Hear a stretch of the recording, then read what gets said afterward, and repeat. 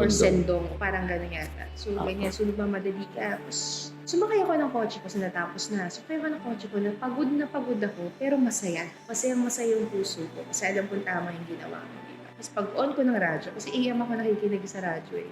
Pag-on ko, narinig ko yung pinag-uusapan na yung pinag-donate ko daw is galing sa mayamang Chinese na DOM ko.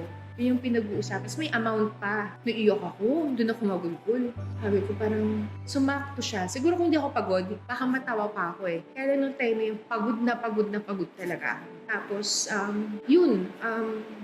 umiyak ako, huminga ako. The next day, bumalik ako ng Red Cross. Nag-impact ulit ako. Hiniyak ko lang. Tapos okay na sa akin. Anong tanong? Bakit ganito mga tao? Tanong mo ba yun? Hindi ko na nga naitanong eh. Wala akong tanong eh. Parang, saan nila nakuha? Paano nila naiisip yung mga bagay? Yung parang, galing mo magkwento. Ang galing